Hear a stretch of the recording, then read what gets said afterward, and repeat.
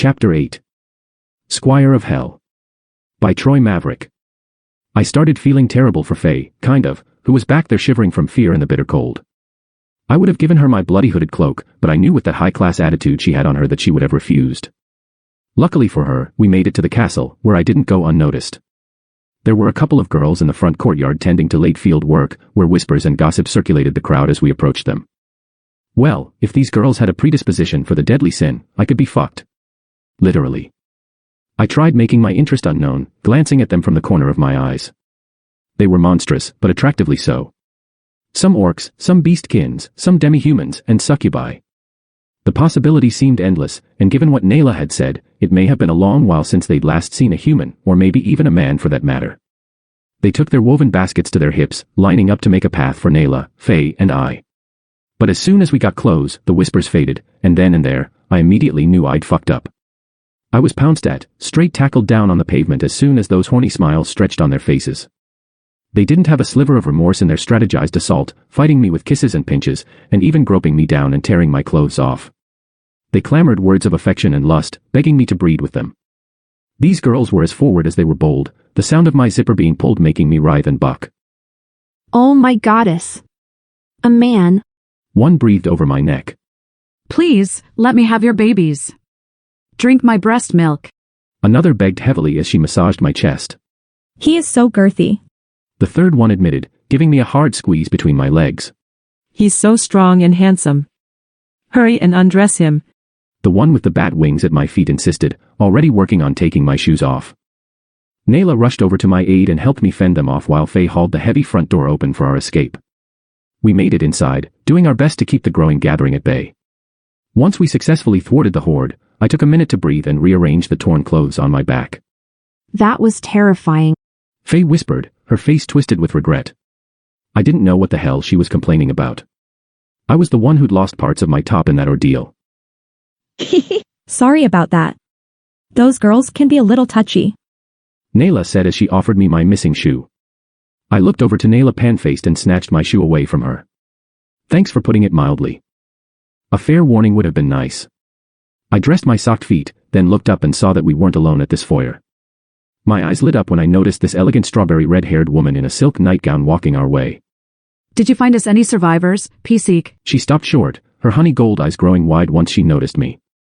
Looked like I had taken her breath away, and I had to admit, she wasn't bad looking herself. She had a pair of brown fox ears and a thick bushy fox tail perched over her round bottom. The balcony matched the basement, and she wasn't afraid to flaunt her curves in that shapely semi-see-through gown. Lady Lucille, I'd love to introduce you to Knives Arlian and his companion, Faye Belmauer.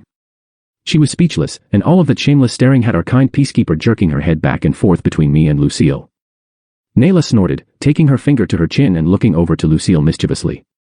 Well, I know he's handsome, but staring can be rude, Lucy.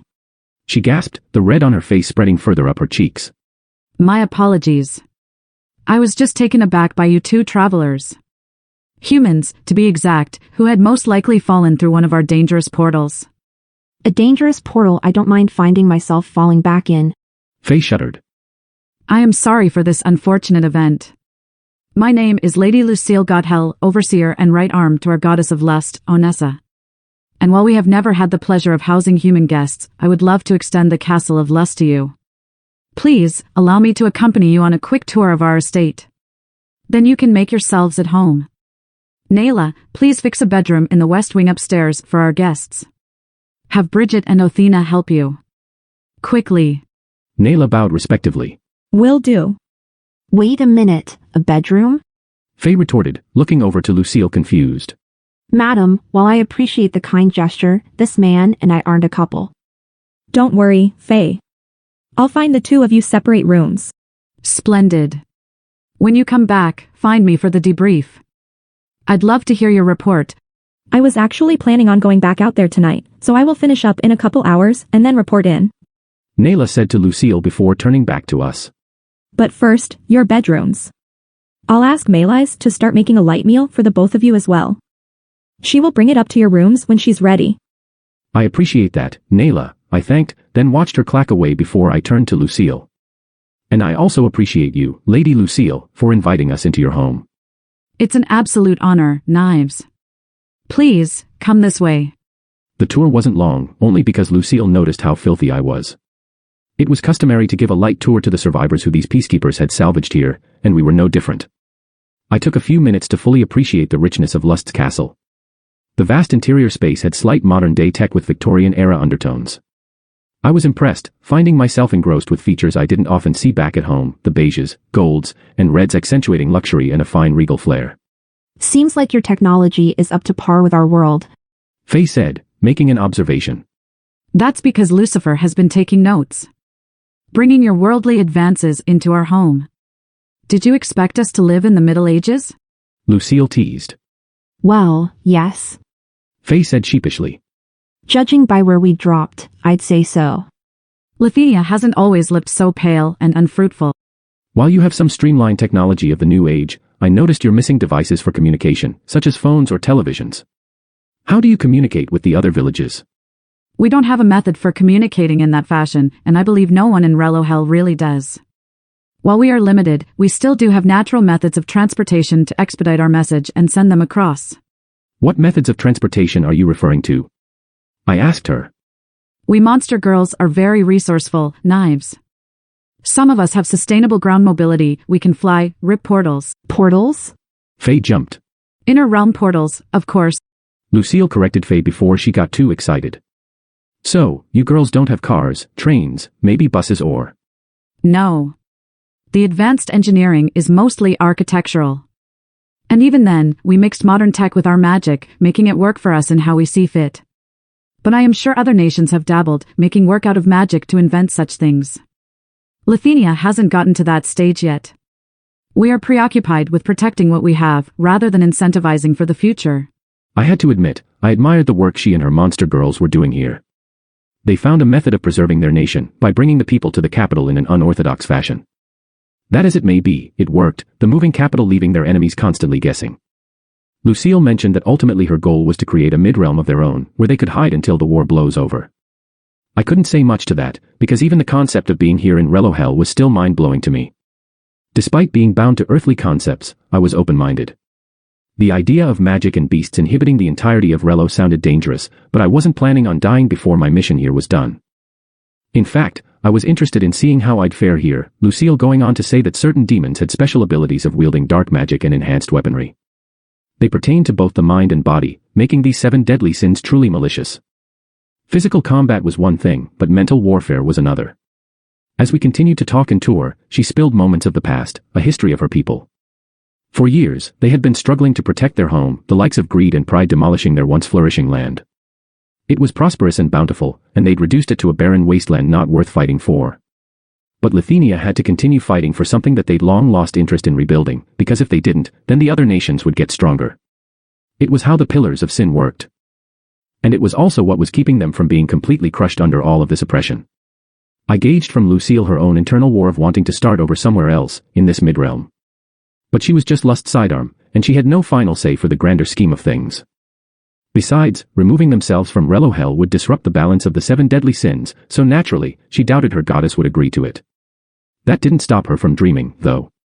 She hinted that she lost not only her people in the war but her immediate family as well.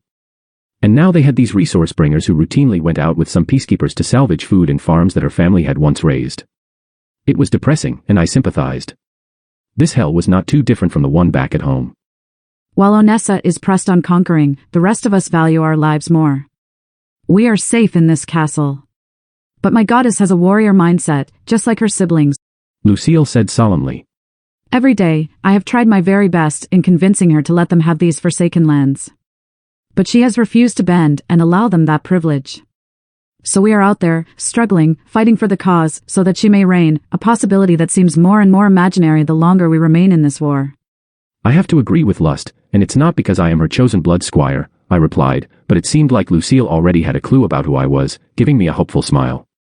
Allowing them to take over does more damage in the long run. You have to see it like that. Lithuania will become invaded by your enemies, and little by little, you will lose not only your land, but your culture and your stronghold, both of which are important. Especially if you don't want to see the other 6 on that throne. Besides, you don't want to come off as weak and breakable. No matter how tempting it is to flee instead of fight. Spoken like a true defender with a fighter spirit, Lucille complimented. You are truly a guardian of our people, Knives. But, you are also human, and I must assume that this service doesn't come for free. Well, now that you mention it, I did propose a contract to Nayla. I am allowed to make minor decisions for Lady Lust in her absence. What are the details of this contract you wish to put into effect? Partial immunity from these 7 deadly sins, by means of reverting to Lucifer's previous pact. I see Nayla has told you quite a lot already. We let free will take its course. That way, my town can finally heal. The second condition is to help find a way to open a portal back, so Faye and I may return when this war is over. And the war is over when Lady Lust is sitting on the throne, correct? If that's your solid definition, then I will abide by it. All right, then. On her behalf, I happily accept your contract, which is in effect immediately. Do you really think you can bring us back home, Lady Lucille? The key word here is in fact help. She reiterated. While I cannot guarantee anything, I will try my very best. I am sure Nayla had told you we were on a mission to seal those dreadful gates permanently. We are well aware, I replied. But we don't belong here. Maybe Faye doesn't, but Knives, this is your home. It must be hard to accept that fact now, but I do hope in the future you would see this as your truth, honorable blood, Squire.